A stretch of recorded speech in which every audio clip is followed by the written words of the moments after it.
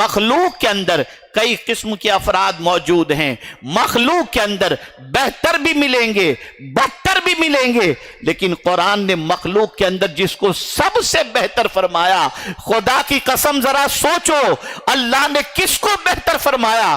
تو قرآن کہتا ہے ان الذین آمنوا وعملوا الصالحات اولئک ہم خیر البریہ، بے شک جو ایمان لائے اور اچھے کام کیے وہی تمام مخلوق میں بہتر ہیں۔ ایمان، یہ ایمان اتنا طاقتور سرمایہ ہے کہ جس کسی کے سینے میں یہ دولت موجود ہو وہ اتنا بڑا طاقتور ہوتا ہے کہ دنیا اسے مغلوب نہیں کر سکتی۔ اسی لیے قرآن نے کہا وَأَنْتُمُ الْأَعْلَوْنَ إِن كُنتُم مُؤْمِنِينَ، غالب تم ہی رہو گے اگر تم مومن ہو۔ اگر آج دنیا میں ہم مغلوب نظر آ رہے ہیں تو ہم چاہے کوئی وجہ تلاش کر لیں، لیکن فقیر یہ کہنے پر بالکل حق بجانب ہے کہ ہمارے ایمان کی کمزوری اور ہمارے ایمان کے اندر بالکل ناقص پوزیشن ہونے کی بنیاد پر آج زمانہ اپنے پیروں تلے ہمیں روند رہا ہے۔ میں نے کسی موقع پر یہ بات کہی تھی اور اس موقع پر موجود جلسے میں شرکاء نے کئی باتوں کو تو فراموش کر دیا ہوگا، لیکن یہ بات انہوں نے فراموش نہیں کی۔ آئیے وہ بات میں آپ کی سماعتوں کے حوالے کر دوں۔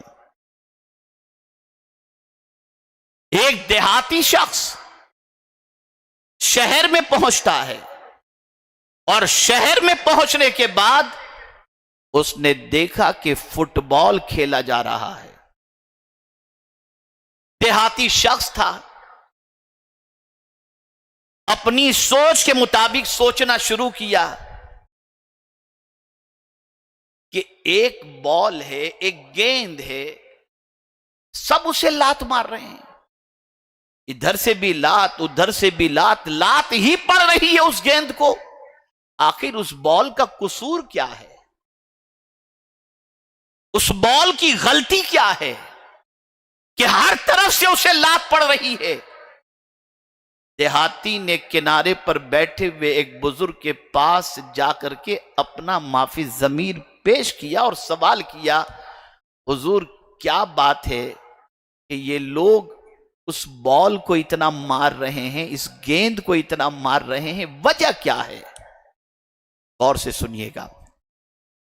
بزرگ نے جواب میں ارشاد فرمایا، اس بال کو، اس گیند کو مارنے کی بس ایک ہی وجہ ہے کہ یہ گیند اندر سے خالی ہے۔ اگر یہ بال اندر سے بھرا ہوا ہوتا تو کوئی اسے لات نہ مارتا۔ خدا کی قسم آج اگر مسلمانوں کا ایمان پختہ ہوتا تو لوگوں کے پیروں میں مسلمان نہ آتا۔ ہمارا ایمان کمزور ہو چکا ہے، ظاہر تو ہم نے سنوار لیا، لیکن جھانک کر اپنے سینے میں دیکھو، نبی کی محبت زیادہ ہے یا دنیا کی محبت زیادہ ہے؟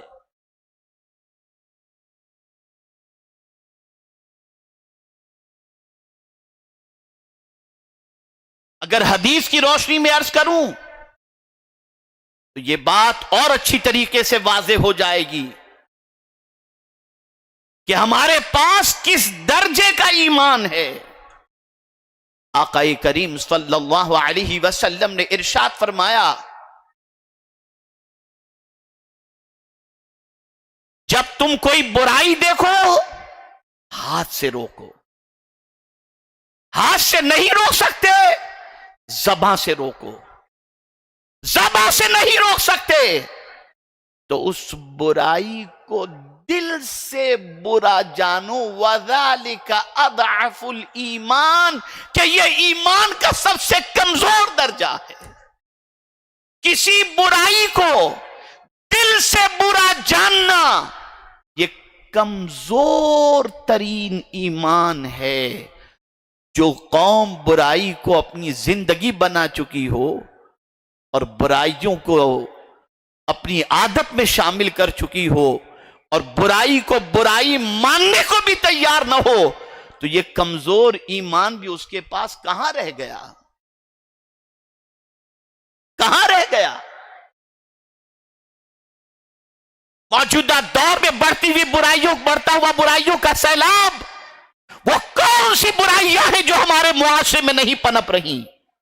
ہمارے ہی بچے ہیں جو رات کے سناٹے میں نہ جانے کیا دیکھ رہے ہیں، ہمارے ہی بچے ہیں جن کے ہاتھوں میں آج کیا ہے وہ آپ جانتے ہیں، ہمارے ہی بچے ہیں جن کی نگاہوں کا تقدس پامال ہو چکا ہے، ہمارے ہی بچے ہیں اور بچیاں ہیں جو نہ جانے آوارگی کی دہلیز پر کہاں کہاں قدم رکھتے ہوئے نظر آ رہے ہیں، اور ہم ہیں کہ ان ساری برائیوں کو دیکھنے کے بعد نہ روکتے ہیں ہاتھ سے نہ زبان سے، بلکہ سچویشن یہ ہے کہ دل سے بھی اب برا ماننے کے لیے لوگ تیار نہیں ہیں۔ تو کمزور ایمان بھی تو نہیں رہ گیا، پھر آپ کیوں کہتے ہیں کہ ہم مارے جا رہے ہیں، پیٹے جا رہے ہیں؟ ایمان بہت بڑے سرمایے کا نام ہے، بہت بڑی دولت کا نام ہے، اور جسے یہ دولت نصیب ہو جاتی ہے اور جو ایمان کے احتساب کے اندر اپنی زندگی کے لمحات کو گزارتا ہے، خدا کی قسم اس کی دنیا بھی سنور جاتی ہے اور اس کی آخرت بھی سنور جاتی ہے۔ آج کا سب سے بڑا ایشو ایمان کی حفاظت ہے۔ کیا کبھی ہم نے سوچا؟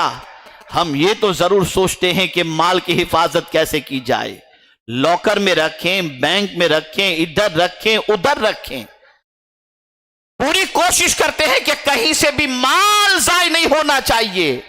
اس کو میں تھوڑے سے دوسرے اینگل سے سمجھانے کی کوشش کروں تو بات سمجھ میں آئے گی۔ ٹرین میں سفر کر رہے ہیں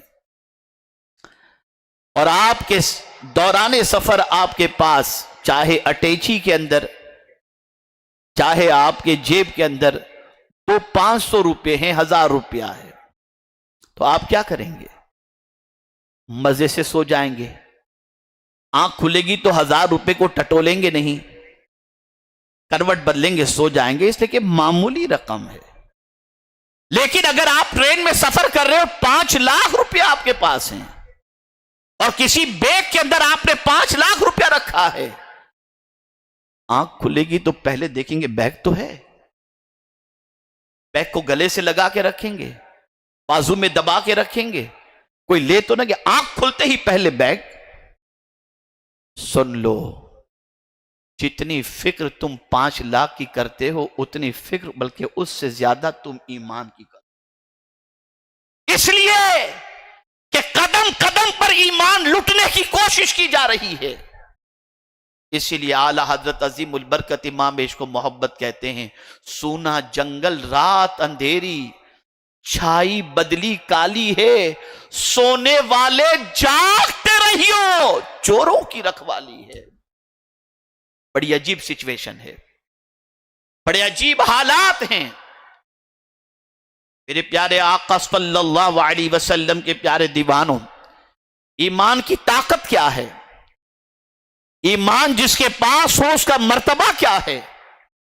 اور صاحب ایمان جو ہوتا ہے اس کے بارے میں قرآن کیا کہتا ہے؟ سنیے، قرآن کہتا ہے فَمَن يَكْفُرْ بِالطَّاغُوتِ وَيُؤْمِن بِاللَّهِ فَقَدِ اسْتَمْسَكَ بِالْعُرْوَةِ الْوُثْقَىٰ لَا انفصام لَهَا۔ قرآن کہتا ہے جو شیطان کو نہ مانے اور اللہ پر ایمان لائے، اس نے بڑی محکم گرہ تھامی جسے کبھی کھلنا ہی نہیں، کھلنا ہی نہیں۔ آج ہمارا اللہ پر ایمان کتنا ہے ذرا بتاؤ؟ آج ہماری پوزیشن یہ ہے، بڑی معذرت کے ساتھ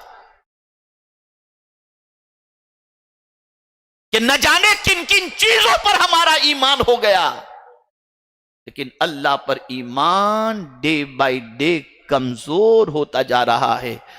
پرندے جیسا بھی ایمان اب ہمارے پاس نہیں رہ گیا۔ اگر آج کے معاشرے کے اندر مال میں غبن ہو رہا ہے، تجارت کے اندر پیسے کھائے جا رہے ہیں، اور بہت سارے طریقے سے انسانوں کی دولت کو ہضم کیا جا رہا ہے، یہ سوچ کر کہ اس کے ذریعے میں اپنے بچے کے مستقبل کو تابنہ کروں گا، میرا فیوچر برائٹ کروں گا۔ تو میں آپ سے پوچھنا چاہتا ہوں، آپ کا توکل اپنے مولا پر اتنا بھی نہیں رہ گیا جتنا ایک چڑیا کو ہے کہ چڑیا اپنا کوئی گھونسلہ ایسا نہیں بناتی جہاں پر کل کے بارے میں کچھ انتظام کر کے رکھتی ہو، بلکہ چڑیا کی پوزیشن یہ ہوتی ہے، صبح نکلتی ہے گھر سے اور اللہ پر بھروسہ کر کے نکلتی ہے، اور رات کو جب لوٹتی ہے تو چڑیا شکم سیر ہو کر کے لوٹتی ہے، کوئی چیز اس کے پاس کل کے لیے نہیں، لیکن بھروسہ ہے اپنے رب پر کہ جس نے آج دیا ہے وہ کل بھی ہمیں عطا فرمائے گا۔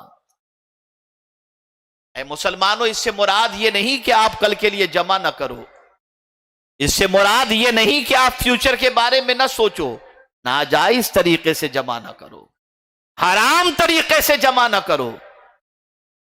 جائز طریقے سے اگر آپ کچھ بھی کرتے ہو تو کوئی پرابلم کی بات نہیں ہے، لیکن میں دیکھ رہا ہوں معاشرے کے اندر اس وقت حرام کا سیلاب بڑھتا جا رہا ہے، میں دیکھ رہا ہوں اس وقت غبن کا سلسلہ بڑھ رہا ہے، غصب کا سلسلہ بڑھ رہا ہے، ناجائز کاروبار کا سلسلہ بڑھ رہا ہے، اور انسان اپنے فیوچر کو برائٹ کرنے کے سلسلے میں یہ سارے کام کرتا ہے۔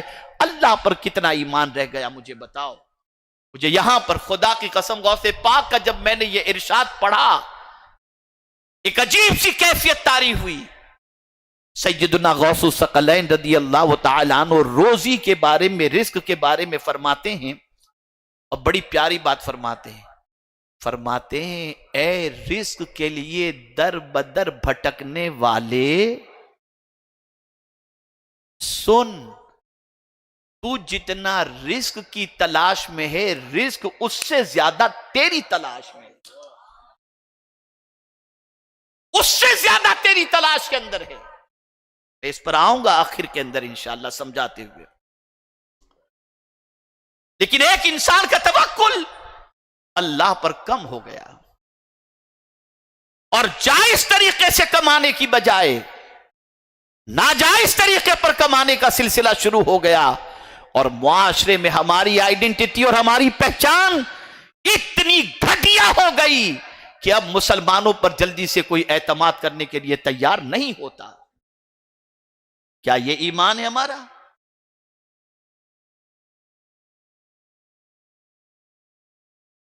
جبکہ قرآن تو کہتا ہے فَمَن يَكْفُرْ بِالطَّاغُوتِ وَيُؤْمِن بِاللَّهِ فَقَدِ اسْتَمْسَكَ بِالْعُرْوَةِ الْوُثْقَىٰ، ایمان لے اس نے بڑی محکم گرہ تھامی جو کبھی کھلنے والی نہیں۔ ایسا رب کا تم نے ایمان لانے کے بعد ایسا دامن توحید کو تم نے تھام لیا ہے کہ اب تمہیں کسی چیز کی فکر کرنے کی ضرورت نہیں ہے، تمہارا پروردگار تمہارا پالنہار حقیقی ہے، تم سوچو گے بھی نہیں، وہاں سے تمہارا مولا تمہیں روزی عطا فرمائے گا۔ ذرا بھروسہ کر کے تو دیکھو، ذرا توکل کر کے تو دیکھو۔ تو مخلوق میں جو سب سے بہتر ہے وہ صاحب ایمان ہے، وہ ایمان والا ہے، اور ایمان کے ساتھ ساتھ عمل صالح، نیک عمل، یہ بہت ضروری ہے۔ اور قرآن مقدس میں کم و بیش 42 مقامات پر اللہ عز و جل نے ایمان کے ساتھ عمل صالح کا ذکر فرمایا، اور ایک آیت نے تو قلب کو جھنجھوڑ کے رکھ دیا۔ دنیا کا ہر شخص اچھی زندگی چاہتا ہے، پرسکون زندگی چاہتا ہے، مرد ہو یا عورت، ہر ایک کی تمنا یہ ہے کہ میری زندگی پرسکون اور پربہار گزرے۔ عقیدہ ہے اچھی زندگی دینے والی ذات خدا کی ہے، اور وہ چاہے تو پلک کے جھپکتے فقیر کو امیر بنا دے اور امیر کو فقیر بنا دے، اس لیے کہ اس نے خود اپنی شان بیان فرمائی، اللہ یبسط الرزق لمن یشاء وَيَقْدِرُ، اللہ جس کا چاہتا ہے رزق کشادہ کر دیتا ہے اور جس کا چاہتا ہے رزق تنگ کر دیتا ہے، سب اس کے دست قدرت میں ہے۔ اب وہ کہہ رہا ہے اے اچھی زندگی کے متلاشی، اے اچھی زندگی کی تمنا کرنے والے، تجھے ہم بتاتے ہیں، من عمل صالحا من ذکر او انثى وهو مؤمن فلنحيينه حیاتا طیبا۔ اللہ فرماتا ہے جو نیک عمل کرے، مرد ہو یا عورت، اس حال میں کہ وہ صاحب ایمان ہے، اللہ فرماتا ہے ہم اسے پاکیزہ زندگی عطا کریں گے۔ وہ عطا کرے گا، اس نے وعدہ فرمایا ہے، اس کا وعدہ حق ہے۔ میرے پیارے آقا صلی اللہ علیہ وسلم کے پیارے دیوانوں، اپنے ایمان کی فکر کرو، اپنے ایمان کی حفاظت کرو۔ ایمان کا سرمایہ کسی طرح سے جس زندگی سے نکلنے نہ پائے، اس کے بارے میں غور کرو۔ اسی لیے بہت سارے کہنے والوں نے کہا ہے کہ نزع کے وقت سلامت میرا ایمان رہے، کچھ رہے یا نہ رہے، پر یہ دعا ہے کہ امیر نزع کے وقت سلامت میرا ایمان رہے۔ اور یاد رکھیں زمین کے اوپر ہماری 80 سالہ زندگی اگر تہجد گزاری کے اندر بھی گزر گئی ہو، لیکن اگر خاتمہ اللہ نہ کرے ایمان پر نہ ہوا تو کوئی چیز کام کی نہیں۔ اور یہی وجہ ہے صحابہ ہوں یا تابعین، اولیاء کاملین، سب کو ہمیشہ ایک ہی بات کی فکر رہتی، اور وہ یہ کہ خاتمہ بالخیر ہو، ایمان اس دنیا سے ساتھ لے کر کے جائیں۔ کسی بزرگ کی بڑی پیاری بات میں آپ کو بتاتا ہوں، ایمان تازہ ہوگا۔ فرماتے ہیں ایک انسان جب مرتا ہے تو روح ملک الموت لے کے چلی گئی، جسم کو کیڑے نے کھا لیا، ہڈی کو مٹی نے کھا لیا، مال وارث لے کے گئے، بندے ذرا ایمان کی حفاظت کرنا، کہیں شیطان لے کر نہ چلے۔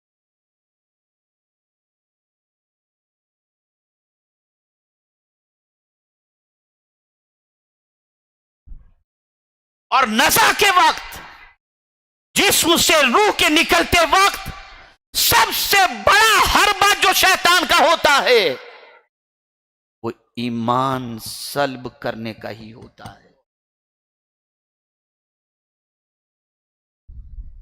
ایمان سلب کرنے کا ہوتا ہے۔ جانتے ہیں آپ، سکرات کے حوالے سے قرآن نے کہا وَجَاءَتْ سَكْرَةُ الْمَوْتِ بِالْحَقِّ ذَلِكَ مَا كُنْتُ مِنْهُ تَحِيدُ۔ اندازہ لگائیے آپ،